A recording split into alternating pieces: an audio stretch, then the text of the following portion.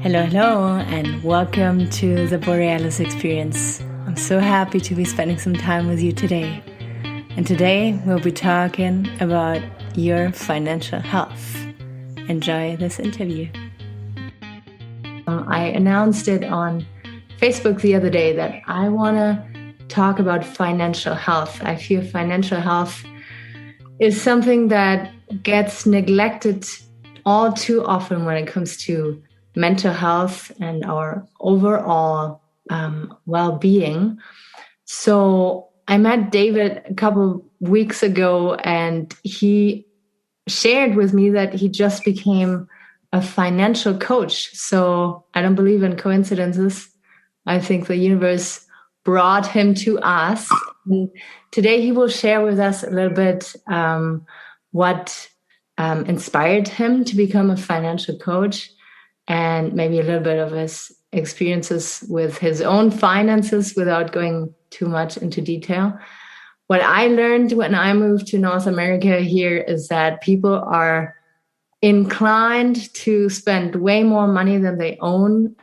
It's always the huge truck, the huge mortgage, the holidays, everything paid with credit card. And not really thought of how are we going to pay it off. So maybe you're not the kind of person who easily spends money, but if you know somebody or if you are that person, then this is for you. So welcome, David Lee, today. Thank you so much for taking some time to be with us. And can you explain a little bit what a financial coach is learning to become a financial coach, and what do you offer to your clients? How does it look like? Well, sure. I really appreciate you having me on, Aurora. And so what a financial coach does is basically I would be creating a budget, a customized budget for my clients, and figuring out where they are financially and helping them to see how they can pay off any debts that they have and start to build wealth. Okay, so from the red numbers into the green numbers. Exactly. Yeah, and so a lot of the problem is that a lot of people have debt from everything. I mean, starting from student loans, which is where I came from, and then just mounds of consumer debt, because our whole society tells us that we need debt and we need stuff. Yeah. Because what their job is to sell us stuff, whether it's, trucks or vacations, experiences, or just things, a bigger house, bigger car. And I think they've done a very good job at selling all that to us. Mm-hmm. Mm-hmm.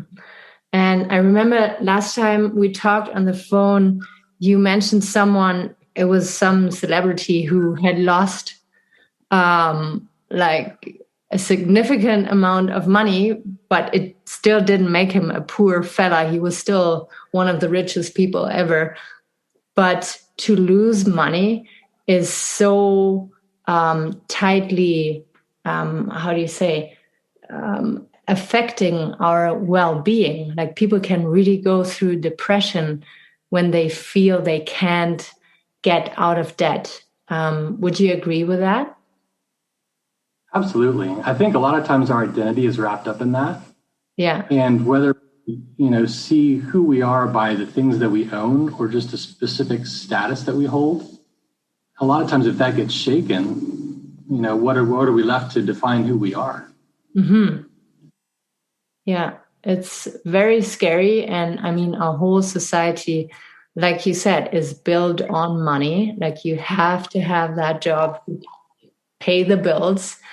And also, if you lose your job and you're left with bills and you were always good with not having debt, and all of a sudden you're struggling with paying your bills, it's like a huge stress factor. So you came from a very different job. You came from engineering, right? And I did, yeah. That to do these studies, it costs a lot of money. How was it for you as a student to I mean, I guess you Americans, you know from the get-go that you have to pay a significant amount to get a degree.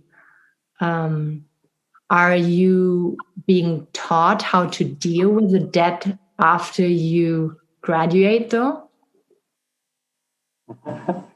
Well, it's funny because that's the big problem. Is Yeah. people are never really taught how to handle money. I mean, when I was a kid, I came from a pretty good family, middle class family, and but they never taught me how to handle money. Yeah. Taught me how to balance a checkbook, but that was it. So when I was 18 and going off to college, I signed for these giant student loans, and it was just like all of a sudden I had tons of money. $8,000 in my checking account, and what are you going to do that semester? Yeah. And so after I graduated school, I had been in and out of school because at first I went through engineering school, found out it was hard, and dropped out for a couple of years. Ended up going back to school and finishing with a different degree. I actually finished with a recreation degree, Parks and Rec. Went back a couple of years after that to finish up a engineering associates.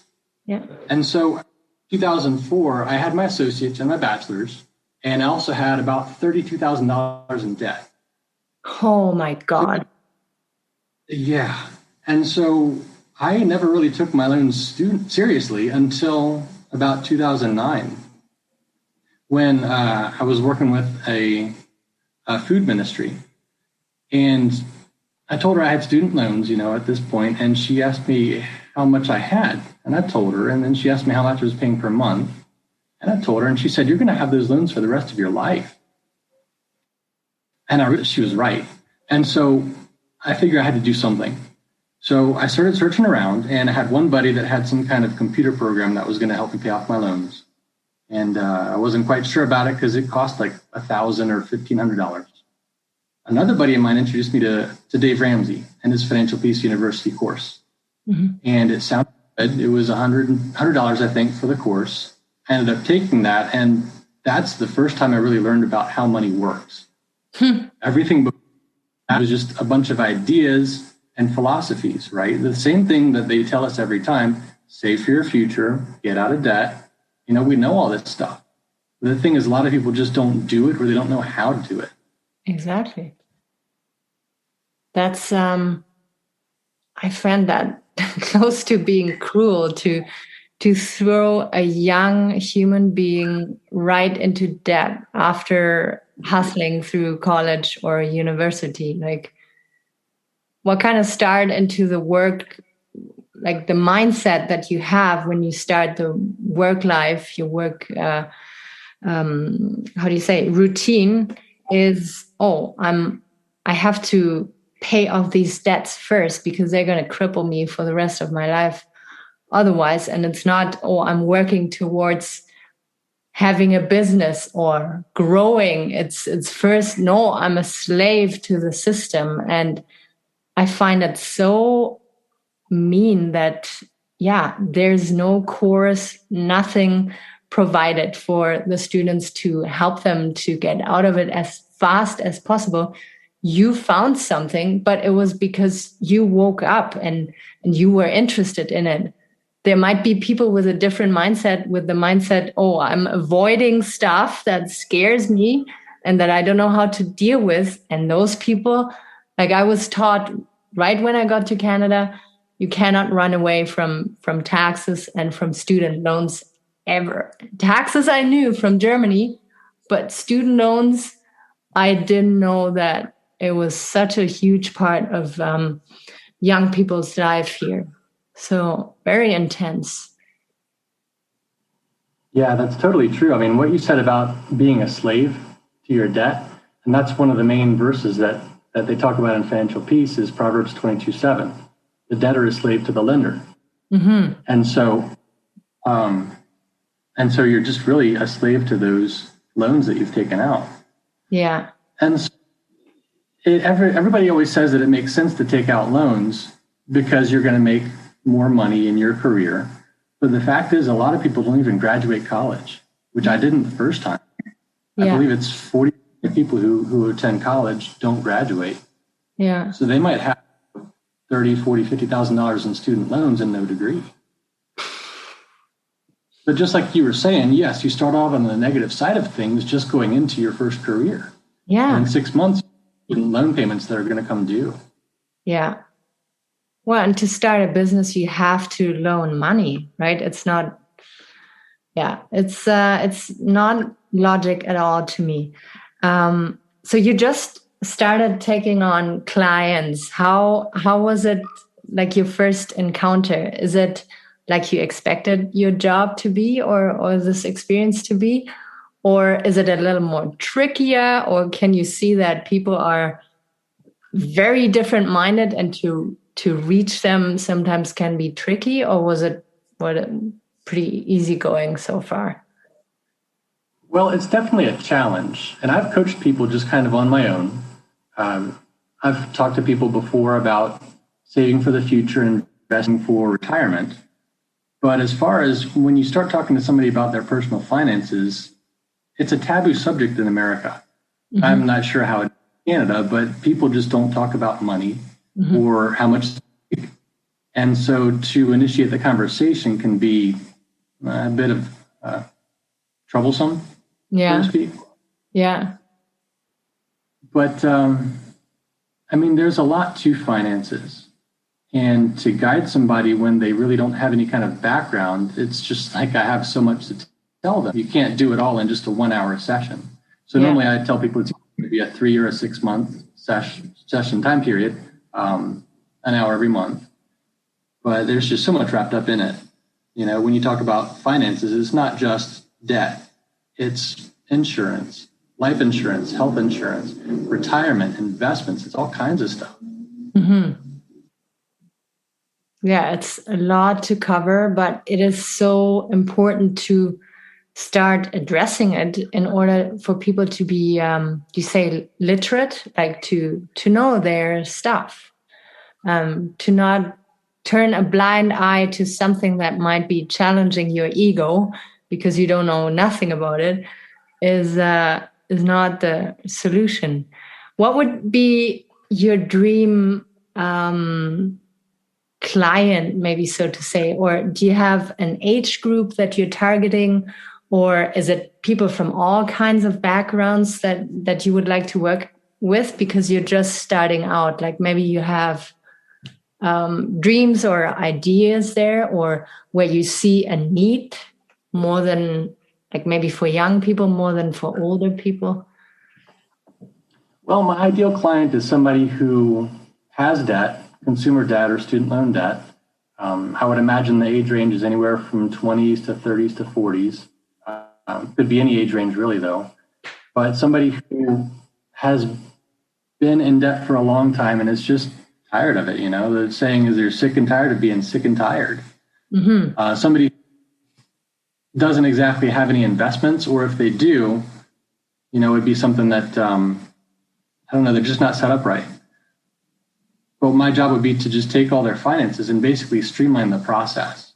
Mm-hmm. So it could be most any person just trying to figure out where their budget is and how to make it work best for them. Mm-hmm. Very good. And do you only work with U.S. citizens, or can you work internationally? I could certainly work internationally because, I mean, after all of this stuff with COVID, a lot of stuff has gone virtual. Mm-hmm. So all I need basically is some form to communicate with, which either video or over the phone, and then some form of payment. And using Venmo and PayPal would be just an easy way to do that. Mm-hmm. Well, that's awesome. Yeah, because we have listeners from all over the world here in case they want to reach out and get some advice from you. That's wonderful. No, I think the path you're choosing is so critical, so important, and like very, very timely, because maybe you have been affected by COVID. I don't know how your life looked like before, but mine was certainly affected deeply, and my work. And I know I'm not the only person. Like a lot of people lost their jobs and don't have any income, but still bills to pay. How was it around where you live? Were people heavily affected by COVID or not so much? Well, I think it's all about the same. There's a lot of people out of work and a lot of people struggling with debt still. Yeah. And you'll encounter the same thing all over the world. Mm-hmm. Yeah. And it's still like very restricted right now? It's getting less so. And I think the thing is, a lot of people are just kind of getting tired of it, Yeah. There is obviously a pandemic out there, but I don't think it's as drastic as people say it is. I actually got sick December 23rd, and for 4 days, it was really bad. Mm-hmm. After the fourth, it was pretty much just I had a nagging cough, and that was about it. Mm-hmm. And so our state, Virginia, has actually had a whole lot of restrictions placed on it. There's a lot of other states in the U.S. that aren't as restrictive, mm-hmm. but our has, limited the groups that can get together, and a lot of events have been canceled because of it. And so we're starting to see some signs of it getting better now, and those regulations loosening up. But it's just going to take some more time. Yeah. Yeah, for sure. Here too. If you had one or two, let's start with one advice for a student who didn't have the chance to win the lottery or a scholarship, who's coming out of university with that huge bag of debt, what would you recommend them to do? First thing, second thing, third? Well, if they've already been through school and they have debt, the most important thing is to get out of debt. Mm-hmm. There was a study done of 10,000 millionaires. It's in the book. What was the book? Everyday Millionaire by Chris Hogan. Mm-hmm. They studied 1,000 millionaires and asked them how they made their millions, how they got rich. And the biggest thing was to get out of debt and stay out of debt. And so if they're coming out of school, I'd encourage them to take on a second and a third job and work as quickly as they can to pay off that debt. Mm-hmm. As soon as they get rid of that, hopefully in a year or two, then they can actually start building wealth. Oh, okay. Yeah. And that job would be in their field that they studied, or just any kind of job? Oh, they're going to be looking for anything, whether it's in their study or out of their study. Go buy a lawnmower and start cutting lawns, pick up a rake, start raking leaves. Yeah. Go work at the Starbucks or anywhere just to make extra money. Mm-hmm. Because it's not. And what I've discovered too is, I've done all kinds of crazy jobs in the past, and it's not that you need to make a ton of money. It's that you need to make money consistently. And all those little amounts are going to add up. Mm-hmm. It's just a matter of time. I've been working with Uber Eats, doing food delivery, mm-hmm. and it doesn't make money. But if I'm working an extra 20 hours a week, I can get $1,500 to $2,000 a month. Yeah. So, what you're saying is that don't underestimate the small jobs that you can do in between jobs, and those numbers will add up. And also be aware of how you spend your money. Maybe like keep it to groceries and housing, and don't be too extravagant. Yeah, totally. And that's another big thing too, is the budget. Yeah. Household has to have a budget. And some people say, well, I don't make enough money to have a budget. But the truth is that the household has money in it. Mm-hmm. And there's two arrows, one into the budget, one that goes out of the budget. Mm-hmm. So all you do is figure out where that money needs to go and work with it and do it on purpose, on paper every month. Mm-hmm. Every month, budget, write it out, and then stick to the budget. Yeah. And the great thing is, it doesn't really limit you. You can put whatever you want to in the budget, but the thing is you have to stick to it. Mm-hmm. No, very, very good. No, I think that's great advice. And with those, little jobs that add up to a good amount monthly, that's something, maybe you have to cramp your style a little bit, your ego, your ego who is saying, no, I'm not going to deliver food. I'm not going to mow the lawn. But if there is a need and if you have the willingness, then you will always find people who want to pay for your services. And then you pay off your debt with that little bit of money that adds up. That makes total sense. Wonderful. Very, very good. Is there anything you would like to add at the end here? Any advice or anything that you've learned about money that maybe surprised you, that you were absolutely not aware of when you went through your coaching program? I think the most important thing is to pay attention to it. In my whole adult life, I never really took my student loans seriously. Mm-hmm. And what you were talking about earlier is when people just kind of ignore their debt. And I've been there, I've done that. And a lot of times it can be shame or embarrassment, lack of knowledge, or just procrastination. But the truth is, it's not going to go away unless you actually face it. Mm-hmm. Writing it out is the first realization to, this is an issue that I have and I need to solve it. Mm-hmm. So I guess most importantly, don't ignore it and attack it as fast as you can and get it out of your life. Mm-hmm. Because you're going to have to pay either sooner or later. And like you were saying, student loans aren't bankruptable. Mm-hmm. So even if somebody gets in trouble and they try to get rid of their debts that way, that's the one kind of loan that you can't get rid of ever. You have it for life. Mm-hmm. And so my recommendation is just to take care of it as soon as you can, get it out of your life and start getting on the positive end of earning interest instead of having to pay it. Yeah, beautiful. Very, very good.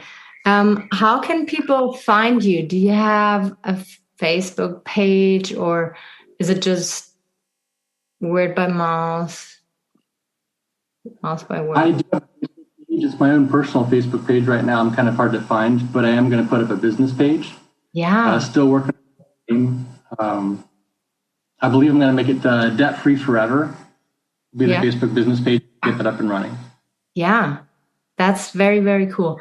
So we'll keep in touch and you will let me know as soon as that page is up and running, because I know I'd be interested to find out what you can maybe give for advice and tips, and people could just, message you and ask you questions or make appointments to make it like, I feel you are like a flashlight shining onto a space, a shadow that most of us all are trying to never shine any light because it's so uncomfortable. If you sit there and suddenly see those numbers, it is scary. It freaks some people out. And if they can contact you and talk to a person who's very calming and soothing, then it makes the stress less. And then, people can feel more confident in attacking that little beast called money or debt. Is there anything you would like to add before I wrap up? Or do you feel we covered everything regarding finance? I kind of feel like we just touched the surface of all this stuff. What I've gotten into lately is retirement, and you can't start contributing to your retirement until you get that debt out of the way.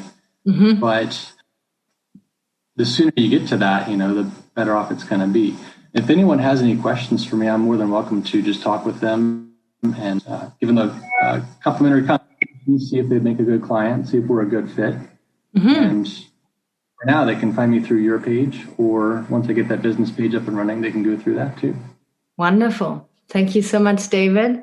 And I'm sure we'll keep in touch and maybe do a second episode here soon.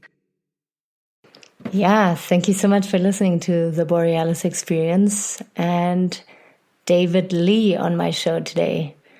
I really hope you enjoyed this episode. I feel it's very crucial to take money, your financial health, into account when it comes to your well-being.